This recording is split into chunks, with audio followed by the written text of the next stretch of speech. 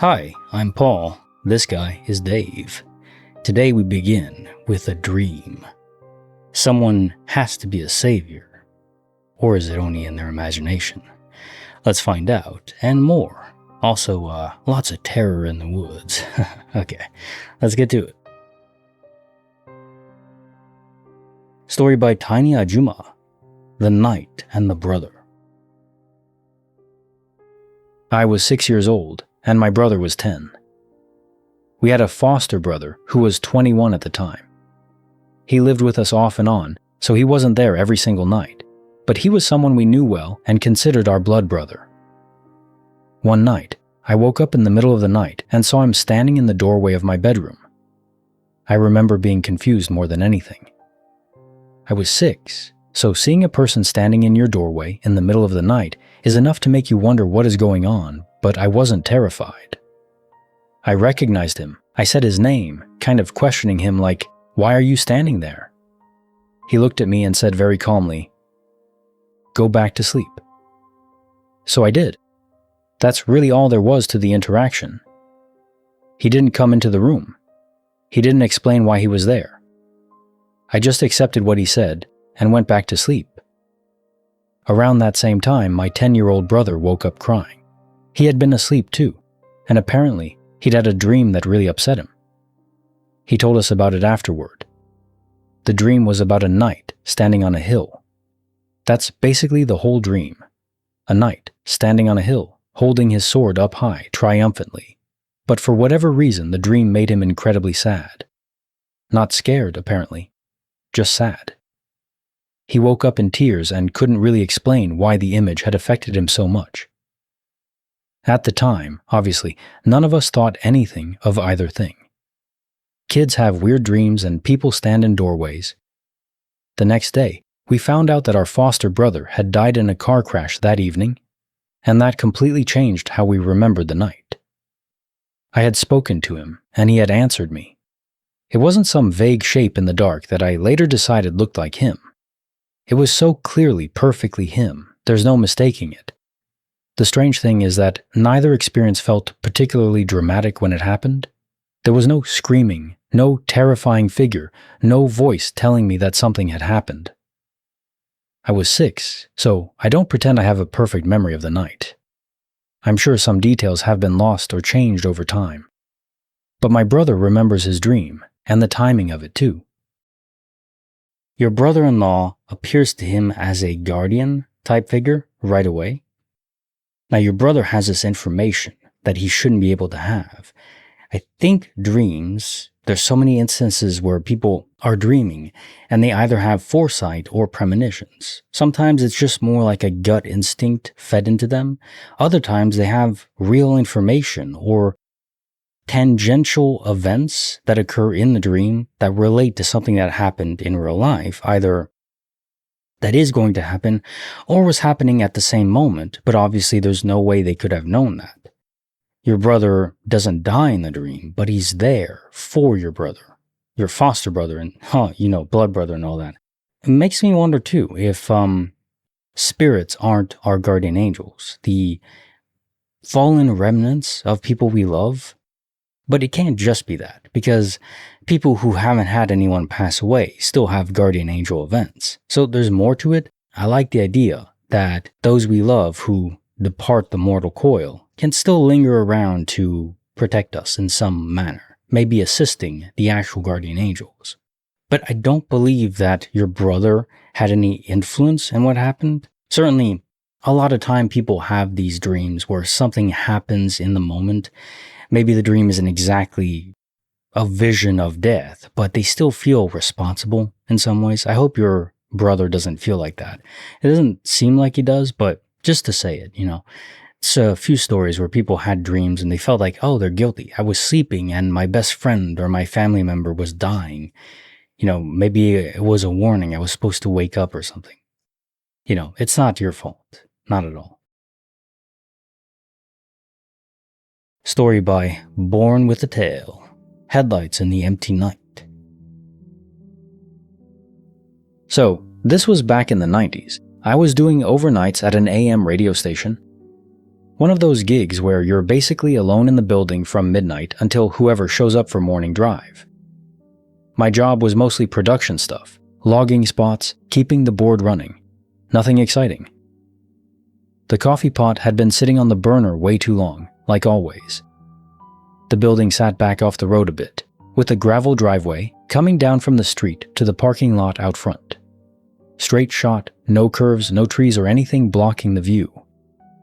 You could see the whole driveway from the window by the front door, which is the part that matters here. It was a quiet, boring night. I was probably doing something amazingly thrilling with paperwork when I noticed headlights coming down the driveway. Didn't think much of it, figured someone was dropping something off, or maybe one of the sales guys forgot something in the building, whatever. I got up and walked over to the door to go see who it was. Opened the door, stepped outside. No damn car anywhere. I don't mean it had pivoted around and was driving away in the distance. And I want to be clear about the layout. That driveway was the only way in or out. There was no side lot, no other exit it could have slipped into. If it had turned around and gone back out to the road, I'd have seen the headlights doing that, because I was already looking right at the driveway. If it had pulled around toward the back of the building, same thing, I'd have caught the lights swinging that way. Went back inside a little rattled, honestly. I stood in the hallway for a minute just running it through my head like, okay, walk it back, what did you actually see? Couldn't make it make sense and I was on edge. It felt like I was being stalked in some cliché B-rated horror movie. I hadn't said anything to anyone yet. Was debating whether I even wanted to, because how do you tell anyone you saw a car disappear without sounding nuts? A few minutes later, the announcer comes strolling out of the studio, just stretching his legs, and before I even said a word, he goes, "Hey, what happened to that car?" I didn't answer right away, just looked at him. He said it again like he thought I hadn't heard him. "No, seriously, I saw there was a car coming down the driveway. Where'd it go?" That's when I knew I wasn't losing it, and it was a huge wave of relief. He'd seen the same headlights from inside the studio through a completely different window than the one I'd been looking through. He came out expecting to actually see a car sitting in the lot. Two of us, two different angles, same car, same nothing. We went out together and looked around again, just to be sure. Checked the sides of the building, looked down toward the road, still nothing there. We stood around for a minute, not really saying much, then went back in and got back to work. Because the show still has to run whether or not a car just vanished off your driveway, and we might be hunted down later. I did a lot of overnight shifts after that, plenty of them alone in empty buildings at 3 a.m., and nothing like it ever happened again. Still alive, so no horror show yet. Story by Economy Cactus. Bro, what year's that guy from? When I was younger, I was really into going out with my friends and looking for creepy places. We'd hear about some abandoned house or cabin or whatever and decide we had to go see it for ourselves. Most of the time, absolutely nothing happened. We'd find some weird shadows, hear a noise in the woods, maybe see something that looked strange for a few seconds, and then spend the rest of the night convincing ourselves it was something way more interesting than it actually was. We generally did a decent amount of research beforehand too. We'd look up the history of the place, read whatever stories we could find from people who had been there, figure out where it was, that kind of thing. This time we didn't. We had heard about a strange cabin somewhere along Witch Road that was supposedly terrifying. We found the address, printed out MapQuest directions, yes, we're old, and headed out. This was before everyone had a smartphone in their pocket, so having a printed sheet of directions felt perfectly normal. Looking back, driving into the middle of nowhere with a piece of paper from MapQuest probably wasn't the best preparation for anything. The road really was out in the middle of nowhere. Oh, and Witch Road is Callan Road, situated near Rosendale and Ripon in Wisconsin. Woods everywhere, no houses that I remember seeing, and not much indication that there was anything out there at all. It was a midsummer, and it was around 8:15 in the evening when we pulled over on the side of the road. It was just starting to get dark. We got out of the car and went around to the trunk to get our flashlights and backpacks. We were basically just getting ourselves organized before heading into the woods. Then we rounded the end of the car, and there was the cabin. I remember immediately gesturing toward it for my friends to look, a moment where you see something before everyone else does, and you're trying to silently get their attention. Look. Something was moving near the cabin. At first, it looked like an orb. It was far enough away that we couldn't really make out what it was. It was just this thing that seemed to be moving slowly in our direction. I wasn't scared at all, which is the strangest thing about the whole experience. More than anything else, I was fascinated by it. I wanted to know what the hell it was, so I started walking toward it. I left my backpack and flashlight behind and just went deeper into the woods. My friends followed right behind me.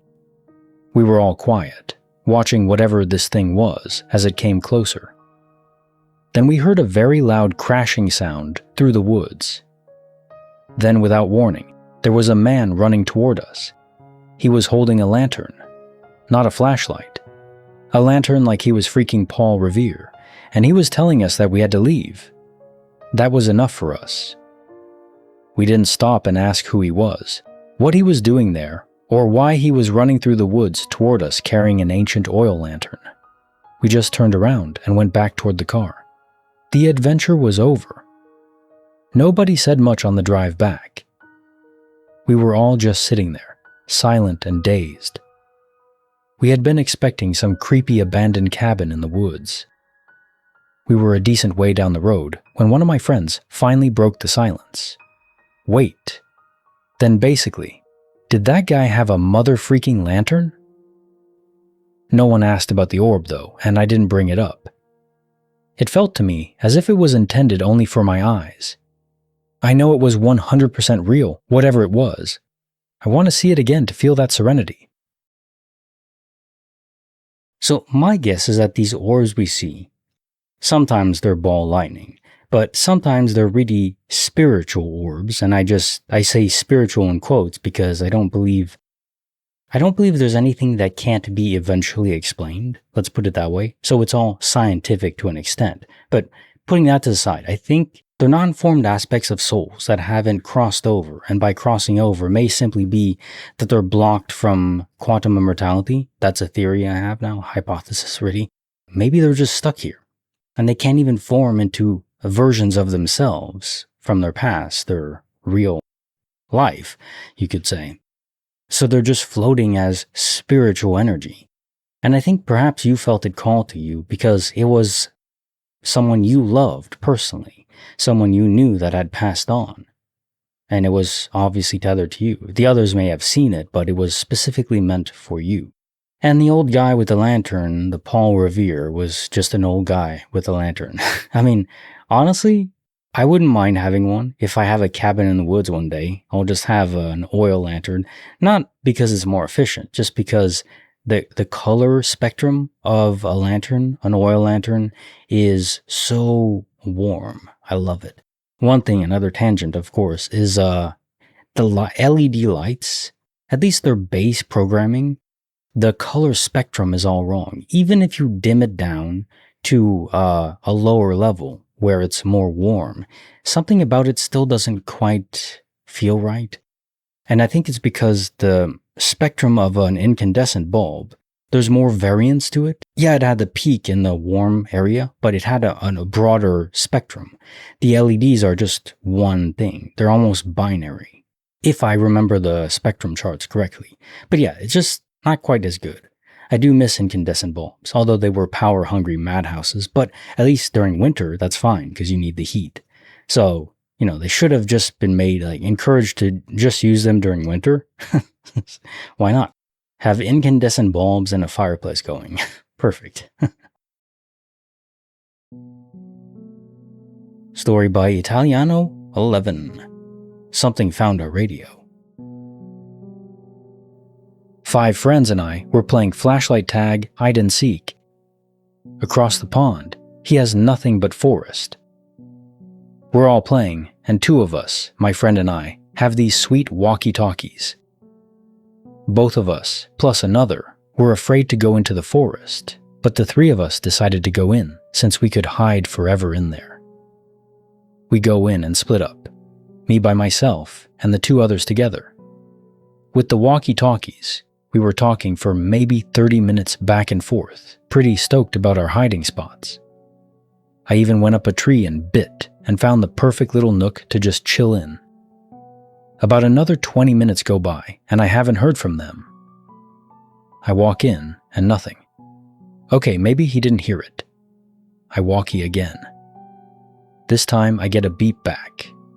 It stayed live for about 5 seconds. Are these things working? I tried again, and this time I heard a distinct breathing. Alright, well, they have to be messing with me. Even so, it was freaking me out. I hop out of the tree and start heading back towards the house. As soon as I get down, I start hearing a howling. I thought it was coyotes, but there was something off about it. It sounded just like someone in the distance howling. I was starting to get really freaked out by this point, so I hightailed it back towards the house. I kept hearing the howling and could swear it was getting closer. I picked up pace and started running towards the edge of the tree line. As soon as I crossed it, the walkie sounded again and there was a cackle, like witch cackles. I have never run faster up to the house. Once I was back up, I met up with one of the friends who were seeking and told them about it. Dude, they're still out there. They definitively freaked me out. He goes, they're back here. They said they lost track of you and just came back, thinking you already came back. Turns out, they came back but lost the walkie. So, something out there in the woods found the walkie. Beasts that go bump in the night. There's plenty of them out there in the woods, unexplored. That doesn't mean that I want to go investigate it, and a lot of those can sound like human, foxes and other animals. Their screams and howls of pain can sound like a woman screaming and other things like that. That said, for the walkie-talkie to have picked up, it has to be turned on, so either your friends really were pranking you, pulling your leg, or maybe there is some other person out there. It could actually be a prank from a stranger. I've seen videos now where people are just using free will to the maximum. They go out into the wild, wild-ish, hiking trails, but they go a bit off the path, and then they just produce these weird sounds to scare people when they hear someone nearby. And people freak the hell out, naturally. It's great. Do it during the day, I think, so you give them a buffer of protection, against the terror. If you do that at night, you're just a psychopath, and a sadistic psychopath. I still respect you, but damn.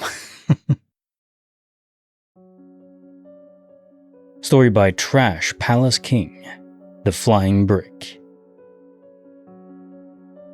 So, this wild thing went down about 6 years back. I was hanging in the backyard with my siblings, middle of the day, sun blazing, sky totally clear, like you could see forever in every direction. We were just shooting the breeze, when suddenly I spotted something zipping across my peripheral vision. At first, whatever, right? Your brain just goes, yeah, probably a bird or a plane, shoves it into the sky junk folder and moves on. But then I actually turned to look, and I full body pause. My brain legit short-circuited for a sec. There was a cube, a straight-up metal cube, just floating in midair, moving smoothly, effortlessly. It wasn't shaped like any aircraft I've ever seen, no wings or engine noise, just a shiny block gliding through the sky, in a straight line. It didn't wobble up and down. I kind of freaking lost it. Started yelling at my siblings, look up now! And thank God they saw it too, because for a hot second I thought I was losing my mind. Suddenly we've got 4 or 5 of us standing there, necks cranked, all staring like we'd seen a ghost. But no, this is worse. My memory gets fuzzy after that. Can't say if it sped up or turned, but it was definitely heading toward the tree line. If we wanted to keep watching, we had to move. So we bolted around the yard, trying to stay in line with it. By the time we got to the other side, Nada. Vanished. Poof. It didn't crash or land anywhere, it just wasn't there, and that's it. We lived right next to a military base. So yeah, that was the first thing we thought. Okay, maybe it's some top-secret prototype. Totally fair. I'm not out here claiming it was little green men. Having a base nearby gives you an easy out. But it's an excuse. Because nothing humans have, anywhere, in any science experiment or prototype in any base anywhere, can fly looking like that. Unless we've cracked gravity and somehow kept it a secret. Story by Woody626. Taco Bell wasn't the scariest part of my night. I was walking the 2 miles home from my closing shift at Taco Bell, and the whole way I had this weird bumpy feeling. Nobody was following me. There wasn't anything specific that I could point to. I just felt off the entire walk home. When I finally got there, I had that brief little moment of relief you get when you shut the door behind you. I locked it and figured, okay, I'm home. Nothing can get me now. I was still living with my folks at the time, so the basement was kind of unusual. From the front of the house, the basement was only half underground, but the back of the house wasn't underground at all. There was a back porch down there, and the basement windows on that side were basically normal windows at ground level. I came in through the entryway, and before going downstairs, turned on the basement light for a second. I did that because my brother's toys were always scattered around down there, and I didn't feel like walking down the stairs and stepping on something in the dark. I looked down and saw that the floor was clear, so I turned the light back off and started down the stairs. That's when it happened. You know that thing where you catch something in the corner of your eye? Sometimes it's nothing, but your brain makes you look anyway. I had that sensation as I was going down the stairs. I looked toward the back of the basement, and I saw 2 piercing red eyes looming at me through the window. Pure red. Glowing red. I couldn't see a face. I don't remember being able to make out any features. The eyes were the thing I noticed, and they were staring directly at me. This thing was tall, really tall. It had to have been over 7 feet tall. As soon as my brain caught up with what I was seeing, I bolted into my room. Fight or flight, go. I got under the covers and stayed there. For a few minutes I was just lying there, hoping I had imagined the whole thing, but knowing I hadn't. I kept thinking maybe I had seen something outside the window, and my brain had turned it into eyes. I wasn't exactly interested in getting back up to investigate. Then I heard the back porch door open. My dog was kenneled right next to the inside door leading to that porch, and as soon as the porch door opened, he started going absolutely bat-crap crazy, barking, freaking out, the whole deal. Then I heard the porch door close again. My dog quieted down. Silence. And that was it. Spent eons more in that house, and I never saw those red eyes again. Story by Infurious X. The Spinning Dome. I was probably 8 or 9 when this happened, so I don't remember the exact day or anything like that. I just remember looking up and seeing something in the sky that I couldn't make sense of.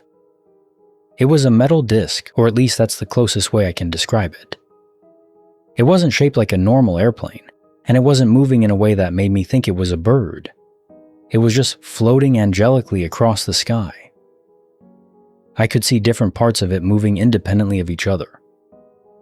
The middle section seemed to be rotating in one direction, while the top part, which looked kind of like a metallic dome sitting on top of it, was rotating in the opposite direction. I remember watching it for a while, trying to figure out what I was looking at. At that age, obviously my first thought wasn't necessarily UFO. I was just trying to identify it. Plane, helicopter, something else? But none of those really fit what I was seeing. My young mind was fascinated at the novelty of it. I wasn't wise enough to be scared, but eventually I decided I needed my mom to look at it because I figured she would know what it was. I ran inside and got her, yelling something along the lines of, "Mom, you have to come look at this." She came outside with me, and I pointed it out. We both stood there looking up at it. She didn't know what it was either, and it wasn't like it appeared for a few seconds and disappeared. It just kept going and going and going, all its parts moving weirdly, as if they didn't belong together. I even remember being bored. The farther away it got, the smaller it looked. Eventually, it was so distant that I couldn't make out the shape anymore, and it had basically become a little speck in the sky. Then it was gone. There was no sudden acceleration or anything like that.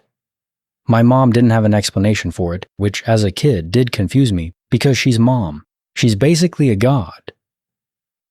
The day after this, I had school, 4th grade. I wasn't a nerd or very popular. I had a few friends, and we'd always gather during lunch to talk about our new Yu-Gi-Oh cards, if we were lucky enough to have convinced our parents to get us another booster pack.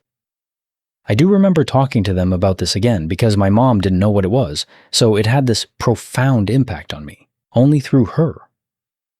Of course, none of my 9-ish-year-old friends had any idea either. No one even knew about UFOs as a concept. One of my friend's dad was in the military though, and he relayed through him a few days later that, although he couldn't go into any details, there had been something in the sky that day that they had detected too.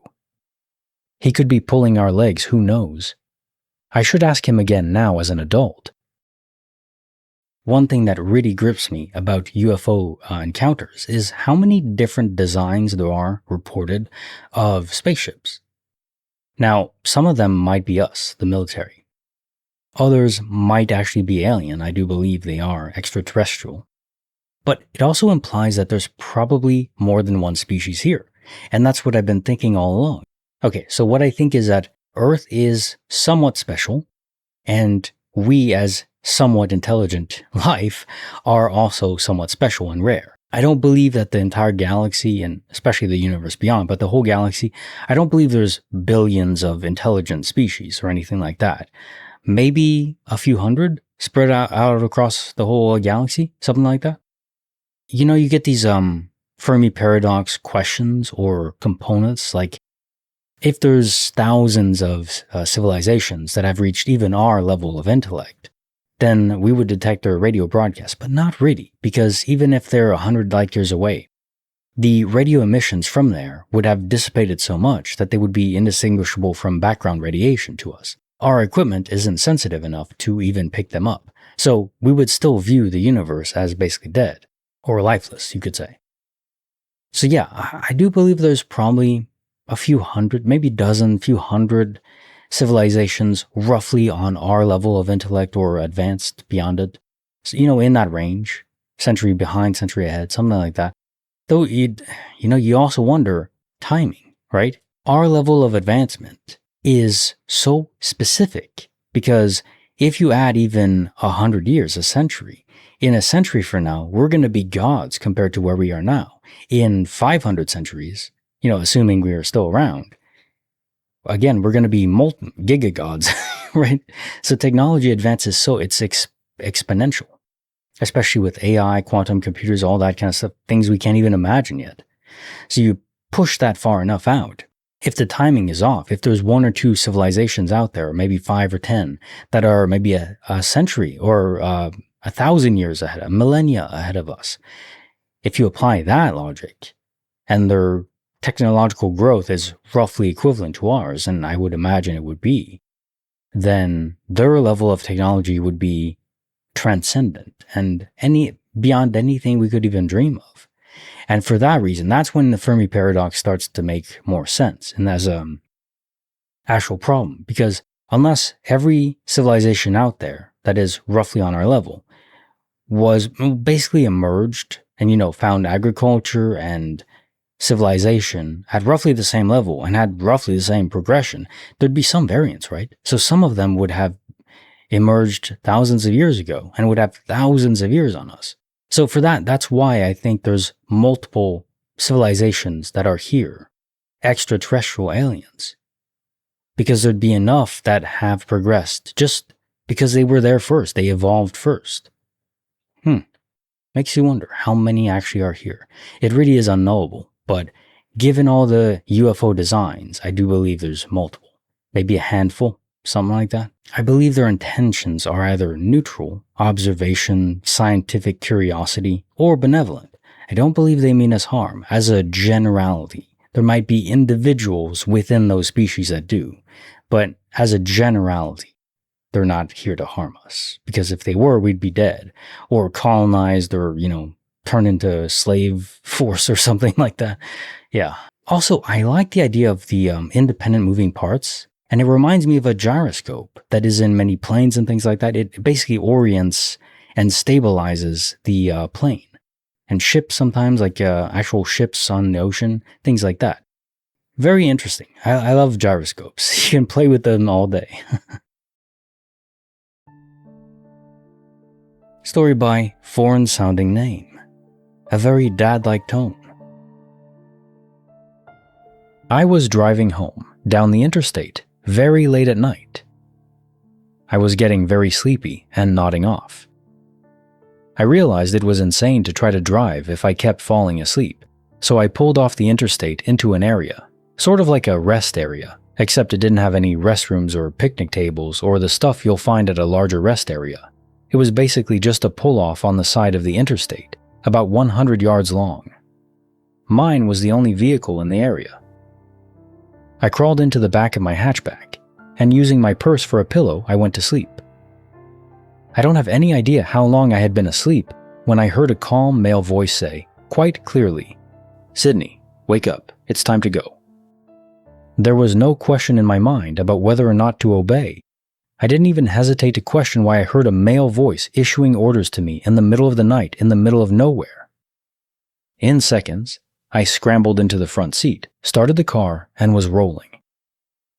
As I was pulling away, I realized that there was a man about 15 yards away, walking towards my car.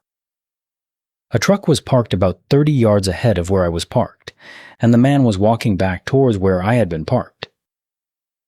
There's a probability that it was just a helpful trucker who was coming back to see if everything was okay or if I needed help.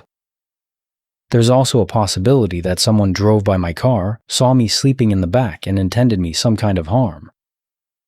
I'll never know, but I'm grateful for whatever internal sentry or external guardian angel who was watching out for me that night. Story by Trammell Laura Treasure. The 10 Minutes Between.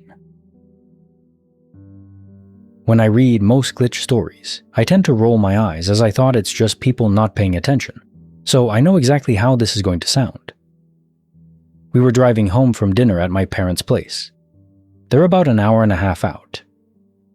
I'm driving, my wife is in the passenger seat, and both kids, 7 and 9, are asleep in the back. Probably 7 or 8 p.m., fully dark. My wife was looking out the window like she always does. She gets carsick, so she basically never touches her phone in the car. We were just talking. The thing you need to know about this drive is the last stretch of it. You go through a long mountain tunnel, then take the exit immediately after it, and that exit is lit up by big box stores on both sides of the highway. It's not an easy area to ignore, and we know the drive well enough that we don't need GPS, but not so well that we're running on autopilot. The last thing I remember is being maybe 2 or 3 miles from the tunnel. Next thing I remember, we're 10 miles down the highway, past the tunnel, past our exit. I kind of snapped and said out loud, "Wait, where are we? Did we miss the exit?"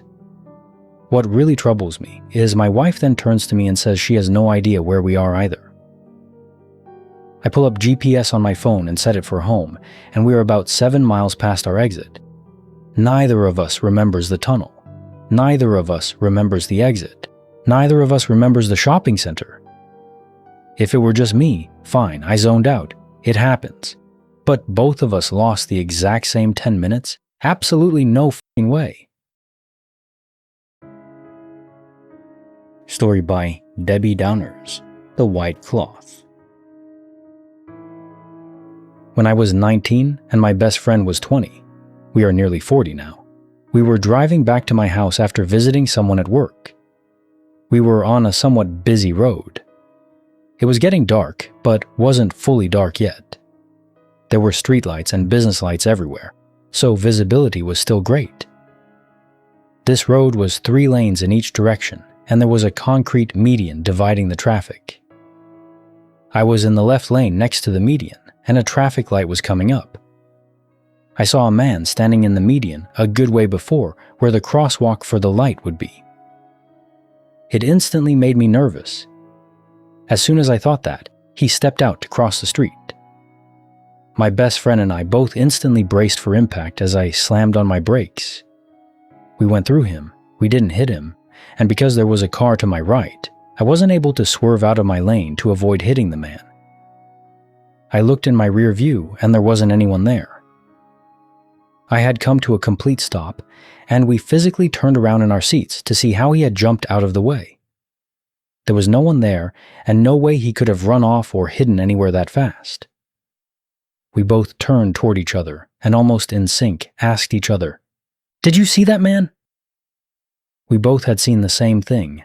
A man, couldn't describe his face, but it was a man's form, and both of us remember being confused as to why he was wearing a white robe, and both being terrified that he stepped out in front of us, like he was ready to depart this world.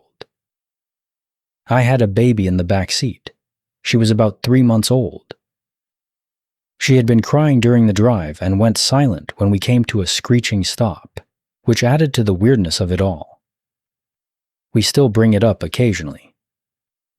Also, we both saw the white cloth fling across the windshield, but there was no impact, nothing. It was like he went through the car. Well, this story was somewhat normal, I would say, as far as spiritual, supernatural stuff goes. But then towards the end, where your child calmed down, did this man's spirit somehow affect your child? Was your child just aware of what happened, maybe because of your panic, natural panic? Or can a spirit affect a child? I don't believe possession or anything like that. That would be unfortunate. But yeah, maybe to soothe it. Maybe the spirit wasn't malevolent and, it was just going through its echo of what happened to it or why it passed away. And he didn't want anyone else to suffer for it, even emotionally. But that's just a complete wild shot guess. Just how you describe your child reacting at the end. Very interesting. So on my favorite story, I think we have to go with the UFO stories. Both of them are good. I think I like the one that describes the UFO as independently parted. That is to say, its parts are seemingly connected, but not. They're acting independently. A very mysterious kind of ship, that is. I really like that idea. Yeah. All right, time for the jokes. A man arrives home and says to his wife, "What would you do if I told you I had a winning lottery ticket?" She replies, "Honestly, I would take my half and leave you." "Great," says the man, and hands her $10. "Here's your half. Now pack your bags." He didn't specify it was a jackpot, so he played her. Well done. My wife says I'm pedantic because I take things literally. I corrected her. "No, that would make me a kleptomaniac." I wanted to marry my English teacher when she got out of jail, but apparently you can't end a sentence with a preposition. "Honey, I think I know why you've been gaining weight." Wife, let's hear it. Husband, pretty sure it's your shampoo. It says on the bottle that it creates extra body. Dad, I can't sleep. There are monsters under my bed. The father goes to check under his son's bed and finds 2 monsters underneath. Well, it's no wonder you can't sleep, son. Do you have any idea how much caffeine is in 2 monsters like this? The freaking energy drinks. Oh my goodness. Brilliant. Okay. More stories up here. Check them out, and I'll see you next time.